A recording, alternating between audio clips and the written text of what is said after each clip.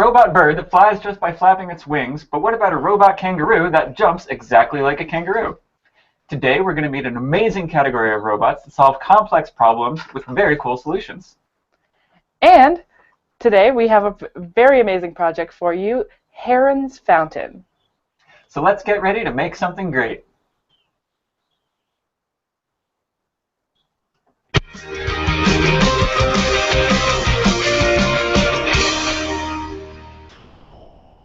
Welcome back to Makers in Motion Week. I'm Camp Director Paloma. And I'm Camp Director Sam. We're looking forward to meeting all of you, so please post your questions in the comments bar and we'll ask them during the show. And if you want to possibly be on live with us on air in a future episode, you can go to makercamp.com and fill out the form. But coming up, we've got some great guests for us. But first, I think we're going to go ahead and go to the campers, go to our counselors. Hi, counselors. How are things going out there? So what's the project that we have today? Oh, sorry. I think you guys are muted. Dan and Winter, you're going to have to go ahead and click unmute. Great. Okay. So what's the project for today? So today's project is the Herons Fountain, as you mentioned. It's a pneumatic and hydraulic experiment that creates a little water fountain up here at the top. So as I demonstrate with the green fluid of science. Now, is that a technical term, green fluid of science? Very much so. So as you can see, the water travels down into this lower reservoir. We're still muted? No, you're good. Go for it. Yeah, okay. And the air pressure builds up inside of here, which increases the air pressure inside of here, which pushes the fluid down up through the tube, which comes out here. You can see we have the blue and the green mixing at the top and the green accumulating at the bottom. That looks great. I can't wait to see campers going ahead and posting their own versions on the Google Plus community page. Yep. Thanks so much for sharing, guys. All right, we really want to see what you guys are up to, so please, kids, keep those pictures coming. And today on the show, I am so excited to be bringing on our first guests. They are coming in from Festo Labs. Now, if you think of hydraulics, pneumatics, and just other robotic terms, you don't often think of what they have to show us today. So the engineers at Festo have created birds that fly and jellyfish that, you know, move like jellyfish move, and they're just some of the most amazing. And anyone who knows me knows that I am so obsessed with biomimetic robots and bionics, and so I am so happy to bring along Andrea Ziomek and Jacqueline MacPherson. So thank you so much for joining us. Thank you for having us. It's going to be fun. Yeah. Oh, it will be. And for those of us who are uninformed like Paloma, can you please tell us what your work at Bionics is all about? Sure. First, let me explain what bionics means. Yeah. It's actually, the word derives from two words, biology, meaning anything to do with nature, and mechanics. So it's biology, mechanics, bionics. And the idea is to take principles that you find in nature, biological principles, and translate them into technology and mechanics.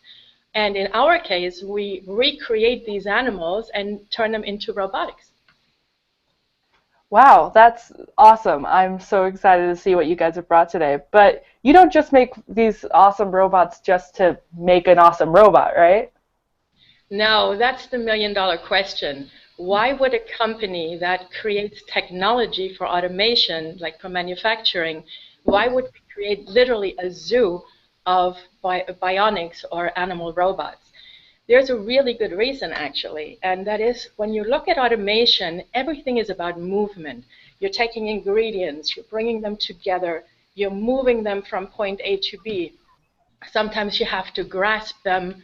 And so the idea is to automate and improve movement, which is found in nature. Think about the animal world and the many different ways they move. I mean, you have animals that fly, swim, climb, slither even, jump, hop, run. So it makes sense to look to nature that has perfected movement over millions of years through evolution, right? So For example, all through evolution, animals have really managed to adapt perfectly to their environment. So they're really efficient. Take a fish, for example. If you and I had to swim for all day long in the water, we'd be exhausted after just half an hour. That's because we're not adapted to the water. It's not our environment, right? A fish, however, just has to slither along, and it moves faster than you and I could ever dream of swimming. Also, it can breathe underwater, and when you look at the body shape of a fish or even a penguin, they're pointed, which means they offer least resistance to their environment that they adapted to, which is the water. So these are some of the things we look at. How did they perfect that movement, and how do they move so efficiently, and what can we learn from nature? We then take these principles that we study and we try to create them bionically, meaning through technology, and create a mechanical robot just like that animal that actually moves very as close to the real thing as possible. Then from there, we create an application and we apply it to automation. So the idea is to constantly improve automation. And that's thanks to our fabulous engineers like my friend Jacqueline, who can give you a perfect example of how we apply it to automation. Please do. You talked a lot about that, and I'd like to see a demo of how you take all these principles and apply them to making automation and robots. Sure, Sam, no problem. Well, as I was thinking this morning of a story that I was going to tell and how we can apply it, I thought about everybody, think of what you had for breakfast this morning. Did anybody have scrambled eggs? Because I have a story to tell you about production. We had an egg farmer come to us, and he had a situation. He needed to package his eggs, and he needed to move them, and his current machine was destroying the eggs. So he brought that problem to Festo and said, we need a solution. We need to be able to pick up the eggs gently without destroying them, package them, and send them to the grocery store so all of us could have scrambled eggs in the morning. Now, we have a problem here, right? How does a company like Festo solve that issue? What can we do? What can we take from nature and learn from and apply that to automation to help this egg farmer to package his eggs and send it to the store? So in looking at the fish that we've designed, there was a phenomenon that Festo noticed. I want to show you a little something. So if I apply pressure to this phone, you notice it goes in the direction that I'm applying pressure. But let me show you a little something. Take a fish fin. If I apply pressure to a fish fin, look what happens. It curves in the direction that we're pushing. So the thought is, take an egg, pretend my hand's an egg, and push. It now holds the egg without destroying it. This particular fin gripper is made of rubber. The reason we use this for food products is it's softer, it won't destroy the product, and it's mold resistant. But we also have another gripper that's made of 3D printing material. If you all have heard of the 3D printers out there, everybody's making things with the 3D printers. Well, we actually made a fish fin with that product as well. So that's to hold and to control things that are a little bit heavier. So this is actually Festo product that is sold worldwide today. That's great. And so I know that we were looking at a quick video, and let's go back to that. So I know that you wanted to talk about how you've actually got to bring these products to life. So why don't you go ahead and talk about some of the stuff that you've made? That sounds great, Paloma. So go ahead and roll the Robotino handling system video. This is our mobile robot. This robot is in schools teaching students just like you how to program a robot. You'll notice that the students are holding a controller that's just like the one that you use for your Xbox or your PlayStation. So it's very familiar to everyone. The gripper that's on the end of that, that's that fish fin that I showed you. So on that gripper, it picks up a juice box, or it picks up like candy bar wrappers, things that are very delicate, very gentle. Now, I'm going to tell you guys this. Watch him pick up that juice box, because I pick up those juice boxes, and I'm telling you, the juice comes out the hole every single time. With him, look, the juice doesn't come out the hole. Very gentle touch. The controls of the Robotino are very precise, so you can see how this type of product could help our egg farmer to pick up his eggs and package them. So also on Robotino, there is an arm. You see that arm, and it was mirrored after the trunk of an elephant. So again, we're looking at nature of what can we do to create movement fluidly, gently, efficiently. So we look to nature to do that. So all of you are way too young to know this, but I'm going to challenge you guys. I want you to go home, ask your parents if they ever watched the TV show $6 Million Man. Because if you did, guess what? He was the Bionic Man. So just a little bit of trivia there for you. So, and you can see Robotino is very, very gentle, and it's easy to program. The next video that we're going to run, this is my favorite. This is our Aqua Jelly. The Aqua Jelly was based, it's a bionic based off of the jellyfish. Now on the Aqua Jelly, these jellyfish have pressure sensors within them. They know what depth they're at, they know where they're at in the tank at all times. They also use this pressure sensor to resurface to the top. Now you'll notice blue blinking lights on the heads of these jellyfish. That isn't just for show. That's a pulsed infrared signal. This is how all the jellyfish communicate to each other. So you'll notice as a jellyfish's battery is going low, he's going to communicate to the other jellyfish and tell him, I need to resurface. So they'll move out of the way, stay still, and allow him to resurface to the top, where he's going to go up to a recharging station. Now, he has a radio system inside of him, a short-range radio system that he communicates with that charging docking station up top. He's going to go up, he's going to dock in, and he's going to get recharged. Now, that radio system helps him communicate with the docking system. When he's 100% recharged, he dives again, and he repeats his process. So all of these electronics allow the jellyfish to make decisions on what they need to do and how they need to live with each other. They live in a swarm, so they're all together, and that's how they survive, is by communicating with each other. That's the critical piece, is the communications. Oh my gosh, that is the coolest thing. Campers, are you seeing this? Because that's so cool. Okay. I could talk literally all day about that, just one robot, because it's just the coolest thing. And I know that you've got a great project for us later. But first, I want to know, because we have so many campers out there who are just beginning their amazing maker careers and journeys. So how did you get started, and how did you get to where you are now? Well, it's actually a funny story. So I grew up in manufacturing. You don't know it. And most kids, they can think of, what their parents do for a living. Both of my parents worked in manufacturing. My mother worked for General Electric.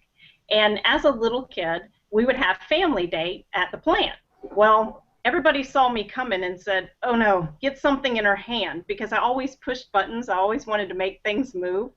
So they would take me up to the mezzanine, give me the paddle for the overhead crane, and I would move the overhead crane constantly. So that's what I would do at family day. So, it was what I grew up with.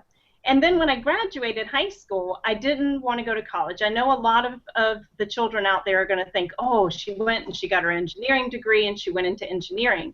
But I really didn't. I wanted to work. I wanted to make things move immediately. So I got into fluid power when I was 19 years old. And if any of you out there know what a lowrider is, where the car bounces and the front moves and the rear moves, well, that was my first project. So I actually designed lowriders, and I won many awards for the designs that I did. I actually did a spinning hood one time, and it was really cool. But the other, I guess, claim to fame that you could say was I designed a kickback mechanism for the cannons in the movie Glory. So if you go to YouTube and you Google Glory battle scene, you'll be able to see the kickback mechanism that I did. The directors came to me and said, we have to simulate the cannons going off and jerking back. So how do we do that? Well, we use cylinders and valves to do that. That movie actually got 3 Academy Awards and stars Morgan Freeman, so this is my little claim to fame. The other thing is I know all of you are wondering, well, did she ever get a college degree? And I did. In many later years, I got my degrees. I actually have a doctorate in computer science. And today I'm creating a protocol that will help the machines communicate better. So we talked about the jellyfish communicating, and I'm continuing my passion with manufacturing to help the communication to be faster and better. That's so great. I'm so inspired by your work, both of your work. I mean, it's just so beautiful and amazing, right, Sam? Absolutely. I will check out more of that, including clips of lowriders, cannon fire, and more bionic robots on the Maker Camp Google Plus community page. So thank both of you for being with us today. Andrea, Jacqueline, it's been fantastic. And let's check back to the counselors who are fielding some questions. Yeah, plus coming up, we're going to go ahead and have a special project from Festo. So counselors, what's coming in from the campers? So our first question here is, does Festo only create robots for automation? So Festo creates robots that are not for automation, but the reason why we create them is so that we can learn and better automation, but we certainly also create robots that are then applied directly in automation. So Jacqueline was talking about that elephant trunk. It's called our Bionic Handling Assistant. And up until now, any kind of arm, robotic arm, was very linear, and it was made out of metal. And so it was very dangerous, you know, you couldn't get in touch with it like the workers in the factory. And also the movement is very limited because it's only linear. It can only go into one direction or maybe sideways. So the idea was to create a robotic arm that is completely flexible in 360 degrees. And it's also very lightweight. It's made from plastic, and it's actually 3D printed. So now you have an arm for the first time used in automation that is safe for human-machine interaction. It weighs less than 5 pounds, and it's literally only made from plastic and air. And it's the pneumatics, the air, that moves it. So yes, we do 2 types of robots. One directly for automation, and then our animals, that zoo that we created literally, and that's really to study the principles and then apply them somehow to automation. Awesome. Very cool. And then a follow-up question, what kind of task did you create the dragonfly to do? So the dragonfly is actually the coolest one. It actually started, let me tell you, when you look at our evolution of our bionics, we started in the water. And all of them in the water, including actually the aqua jelly, believe it or not, used that fish fin principle from our gripper. If you watch the aqua jellies move, that fluidity came from the grippers. After that, we took him to air, but for that, we needed helium. So our goal was the dream of mankind, really, to create a robot that can fly. We then created what we call a smart bird, and literally that is the first bird in the world that we were able to create that could fly just by flapping its wings. It literally works just like the animal. But that could only fly at this point forward, just like a bird does, and it literally works like the seagull. After that, we decided, what can we do to create something that can actually have perform the tasks of a glider, of an airplane, and a helicopter? And so the Bionic copter, which is really modeled after the dragonfly, it can glide, it can just hover, it can go backwards, up and down, and sideways. So that is just a next step after we were able to create a robotic bird to just take it a step further, and we're very proud of that. So the next question is for Festo. And one of the campers asked, what are the bionic jellyfish for? And what are the future implications? Jacqueline, would you like to take that? That's your engineering territory. Definitely. Well, the jellyfish, by learning the principles of the pressure sensors and the communications that tie everything together, we can help manufacturing to be more flowing in process. I'll just explain a real quick example, like the making of an Xbox. It's going to come out of a mold onto an assembly process. So you're going to install your motherboard, you're going to install your fan. In that process, the machine must communicate at every step. So if I run out of screws for the fan process, I don't want more product coming down to me to be able to manufacture it. I want to stop the machine, that's the communications. I want to refill these screws, and I want to restart the machine to start the assembly process again. So as you look at the jellyfish, how they're communicating, how they know where the other one is, how they know when their battery's low, all of that is happening inside of a machine. Same principle. Wow, that seems so simple, but as soon as you get past that surface level, it gets so much more complex. That's really interesting how you could take something so beautiful and fluid like that and turn it into this entire automation process. That's great. What else do we have coming in from the campers, guys? This one's for Festo. What was your favorite bionic animal you made and why? For me, it was. Go ahead. Sorry, Jacqueline.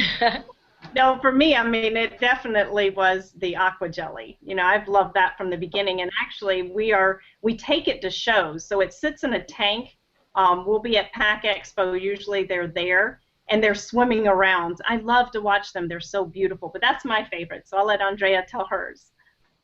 I think mine is definitely the bird, because we learned so much from making that bird. We call it the smart bird.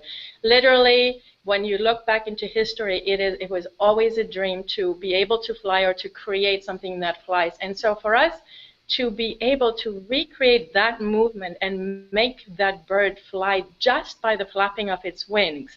And there is a little bit of a trick to it. It's not just up and down. It's also, you know, torsion that you're creating. And so we have this bird that has a wingspan of over 6 feet, and it weighs less than a pound, and it flies exactly like a bird. I think that is an accomplishment where we as a company actually created a record. This is a big breakthrough for us. And, you know, and to look at the principles of lightweight design, what we learned from that, there are so many things, but one of them is when you look at birds that migrate, you realize that their skeletal structure is actually hollow. So the idea is they must be much lighter than regular birds, especially birds like chickens that are not meant to fly. So it just to be able to recreate that and have this bird weigh less than a pound, and it really flies by itself with a tiny little motor, and just by the flapping, it's just the most amazing experience. It took us over 2 years to create it, but we did it. Yeah, oh gosh, I bet that that's just an absolute amazing sight to be able to see. And as most of you campers know, I'm a total nerd for really beautiful and fluid movements in robotics. I'm actually studying robotics engineering so that I can create things just like this in the future.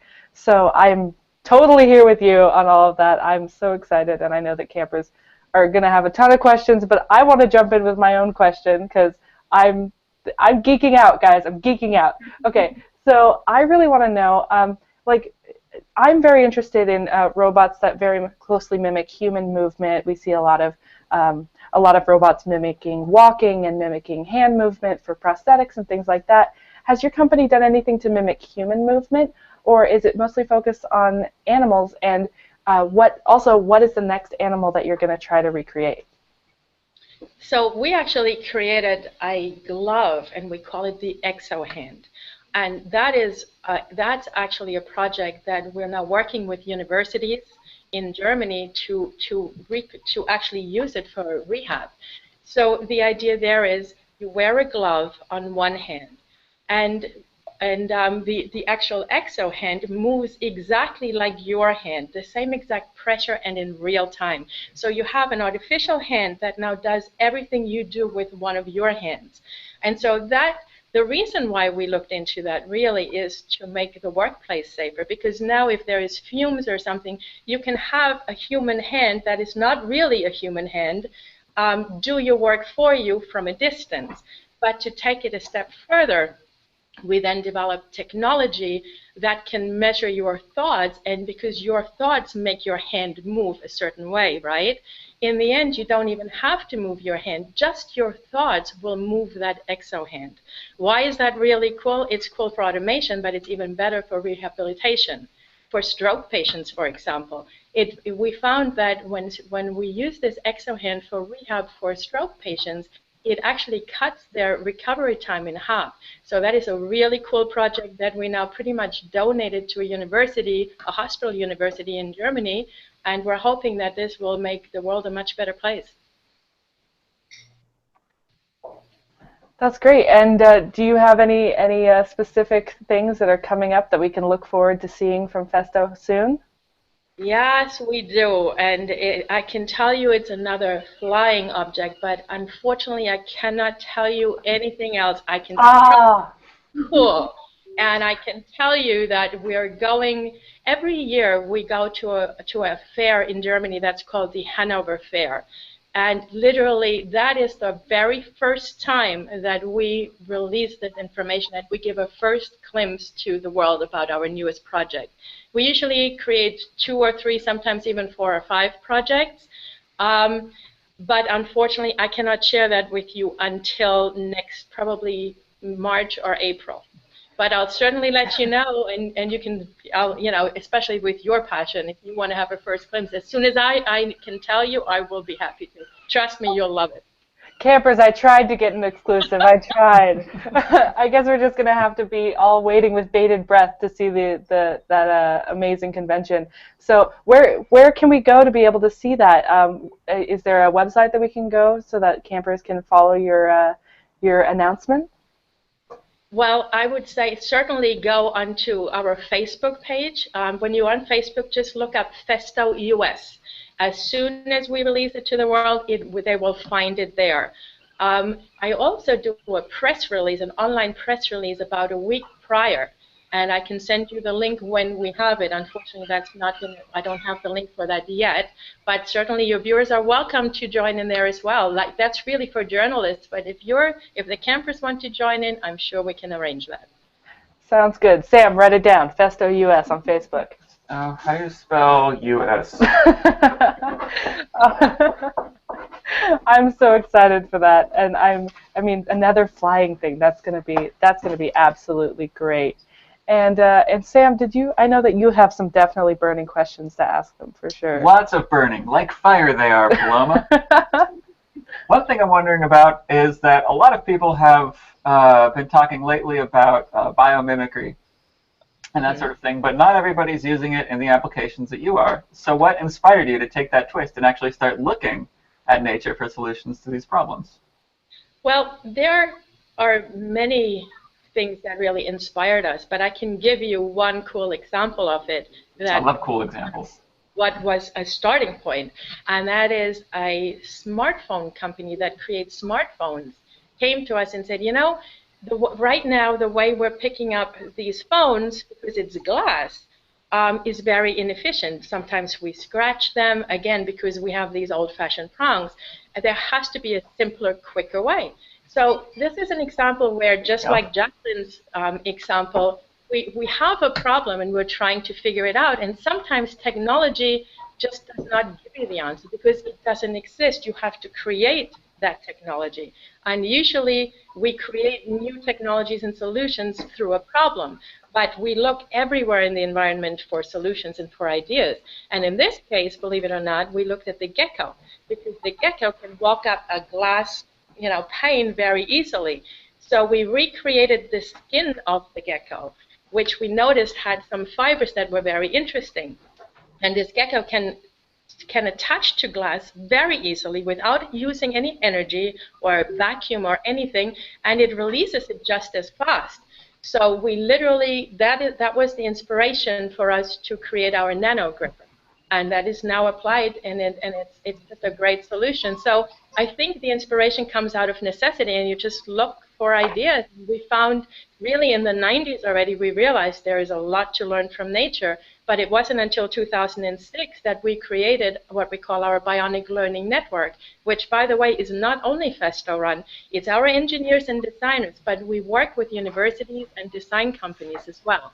So it's actually, we work together with all kinds of different external partners, and it's just a great project for students, universities, and of course for us. That's so cool. I'm freaking out, guys. It's so cool. Just the gecko fingers, and I've seen videos of that too. I absolutely love that technology. And I cannot hog all of your time with my own questions. I think I'm going to go over to Dan and Winter, and okay, let's let the campers have a turn. What questions do they have? Okay, so a camper wants to know from Jacqueline, have you applied these robotics to prosthetics?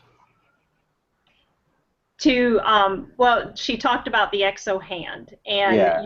you talk about, attaching to your brain and being able to take those waves and make the hand move. So there are actually designs done with our technology now with prosthetics that actually have a hand that does move based on your brain waves. Very cool. That's awesome. I'm so excited. And also, I know that you guys were so great and you decided to bring in an extra project. We already have the daily project, but you brought in an additional project on top of that, which is something special for the campers. So why don't you go ahead and tell us what that is? Sure. Well, we're excited. This is a paper, but you can't see it. But on the website for Google, you're going to see the paperwork to be able to make your own fish fin. So you'll be able to make the fish fin, you'll be able to make it move, and we hope that everybody has fun creating that. Wanted to share that with you since that was the theme of the day. I think, Paloma, don't you have a little something? Yeah, so we decided to make one, but we took it to another weird, awesome step, which is that we took two together. We made a little gripper, a little claw. So you can actually take two of these together and put it together, make a cute little claw. And as you can see, if you press on it again, you do get that gripping movement. So if you go to the Google Plus community page, you'll be able to see the plans. You can print them out, and it has the step-by-step instructions there, and you can go ahead and make these. So I want to see your daily project, and I also want to see your fins posted on the Google Plus community page. And we'd also love to see you posted on Festo US's Facebook page as well. So talk with us, follow us. I'm on Twitter. I'd be happy to interact with all of you. We're just real excited to share that project. That's great. Yeah, campers, definitely get involved on this one. These two women are just so amazingly inspiring, and I know that they definitely want to hear from you and see your beautiful fins, and maybe they'll get an idea for their next robot. That's right. That's great. And we'll go ahead and I'm going to check through all your posts on the Google Plus community page, and I'm going to go ahead and just +1 all those. So, yeah, I'm so excited about this one. And let's go back to Dan and Winter. Do you guys have any more questions coming in from the campers? Yeah. One of the campers wants to know, in which platform did you program the robots, and how do you control the robotic bird? So the robotic bird actually has a remote control. That's how it literally, the pilot has a remote control, and it allows the bird to take off and land by itself. And he also steers the head and the tail, just like in nature. The direction the bird flies and up and down is actually decided by the position of his head and tail. And so that's how the remote control manipulates the bird to fly. Great. Yeah, so remote controlled, awesome flying birds. That's super cool. We've got drones and now we've got birds. Right. So we have another awesome. question. One of the campers wants to know, have you come up with any applications for the gecko feet? So yeah, it now is used literally to pick up smartphones. It just quickly does this and moves them from one place to another, and it does it without scratching them. It's perfectly precise, and it's very quick, and most importantly, it doesn't even require any energy. So it just does it. It's just like if you had a sticky tape, but one that releases perfectly and doesn't leave a film. So I have a question about that. How do you get it to? How does it know when it should stick and when it should not stick? I believe it's weight related. I don't really know the details on that. I can certainly send you more information, but it's just the material itself. If it attaches straight down, it attaches, but then the minute you turn it, it just releases, just like the actual animal's foot or claw would or paw, for that matter. Oh. That makes so much sense. That's really cool. I never would have thought of that. So again, there's no energy or anything involved. It's literally just like in nature. It's the material these little tiny fibers, and so if you go straight down, it adheres, but as soon as you let go and tilt it, it releases. That's awesome. That's fantastic. And does that keep going for an indefinite amount of time, or do you have to replace that every once in a while? I'm sure eventually they'll have to replace it or at least clean it, but it's a permanent skin. It just depends on the wear and tear. Okay. Very cool. Fascinating. That's amazing, and we'd love to get back to more of your questions right after this.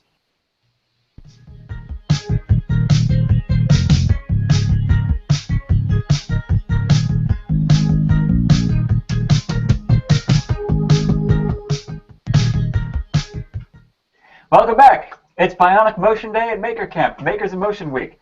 We're joined by Andrea Ziomek and Jacqueline MacPherson, who are talking about amazing robots from Festo.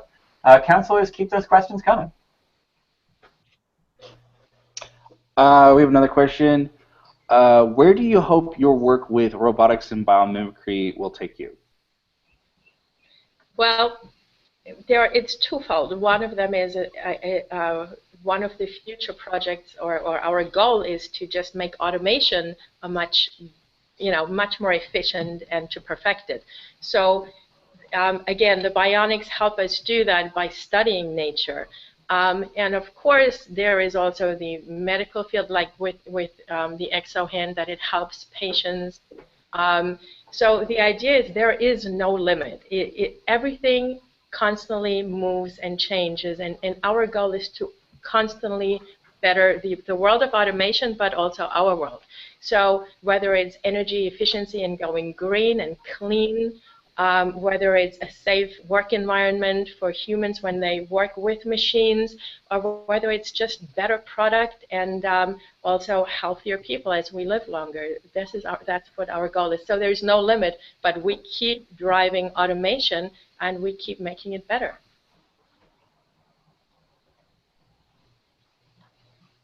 That's great. Thank you so much for sharing that. I mean, gosh, you guys are so cool. Dan, do we have any more questions from the campers? Because I can't steal all of the time asking my own questions. So, Dan and Linda, what's coming in?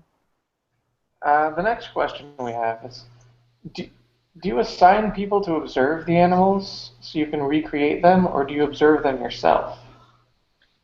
It's a little bit of both. So we work with biologists. Again, as I was saying earlier, we work together with external companies, with biologists, with universities, with students.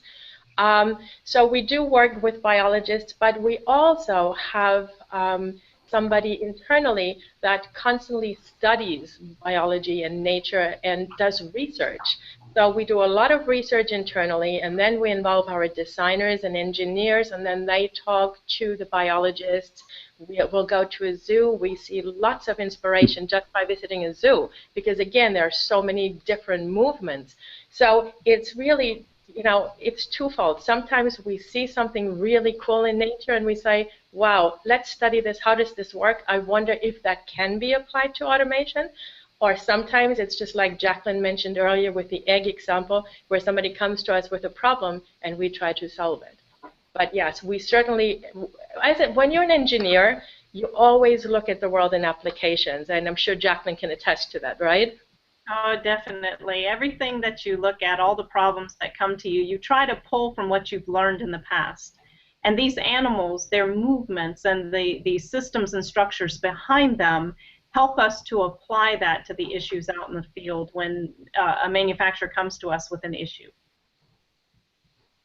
So the great thing about that is that, there are multiple disciplines work on every project. So campers, if you're not the best with math, you might be really interested in biology, and you can still be involved in these projects. So no matter what your passion is, as long as you have this wanting to be able to solve this problem and that drive for that, I think that's really great, and that anybody can get involved in these kinds of projects. It takes the whole team to do this. So, you've got mechanical, you've got electrical people who do the programming, you've got the structural who do the outlining of the bodies and things. I mean, there's a whole different gamut of expertise that goes into the creation of these things. So it's just not one discipline. It's many different areas. Cool. And, we have another question. What makes you choose one animal over the other? Again, for us to look at an animal, it's again the two different approaches. We look at an animal because we have a problem to solve, as it was with the eggs, where we just look to nature to see if there could be a possible solution. But sometimes we just look at an animal and say, you know, this animal moves in a very interesting way. And an example for that would be the kangaroo, because I think it really stands out among the rest of the animal world because it jumps. And here we would look at this animal and say, you know, this is such a unique way this animal moves. It actually jumps. But how does an animal, take us, for example, how do we jump and never get tired? So when we really took a look at this phenomena of this different movement of the kangaroo, we realized the kangaroo doesn't get tired because it is able, from the first jump, when it lands, to store the energy it used during the first jump, and it can reuse that energy. So this is an interesting concept. We noticed that it's an unusual way for the animal to move, but it opens up the new concept for automation of energy storage and mobile energy. So we look at these animals in terms of how unique is the movement, how perfected is it, because again, in nature, you know, these animals are perfectly adapted to their environment, and they have perfected the tasks that they perform, and they're so efficient and so precise. This is something that's unique. We look at it, and then it also opens up a whole new world for automation. It may take us 5 years to be able to apply it, but that's how we chose the kangaroo. And I can give you an example in the low-riding vehicles on the airbags. You talk about recapturing the energy. As you inflate the airbag, some of the people are recapturing that energy as they deflate the airbags to put it back into a holding tank so that they don't have to run the compressors so much. So all of these concepts come back to a design and come back to how efficiently can we make a system to be self-efficient. So I just wanted to bring an application to you as well as to what some people are doing out there with pneumatics to be able to recapture energy. That's so great. I'm so excited about the work you guys are doing, and that's, I mean, the kangaroo, the jellyfish, the birds. It's so great. And I want to thank both of you for coming today. Festo is just doing such important and interesting work, and I just really want to say a thank you to Andrea Ziomek and Jacqueline MacPherson. Thank you so much, both of you, for being here. And I also want to extend another big thank you to our biggest participant of the show, campers. Thank you so much for staying with us and watching throughout this just crazy wild ride that we're on. It's been good stuff. Very, very inspiring things. And before we close completely, I want to make sure to remind everyone to join us tomorrow for Makers in Motion Week as it continues. We'll be talking with bike messenger and cycling activist Austin Horse. It's going to be fun.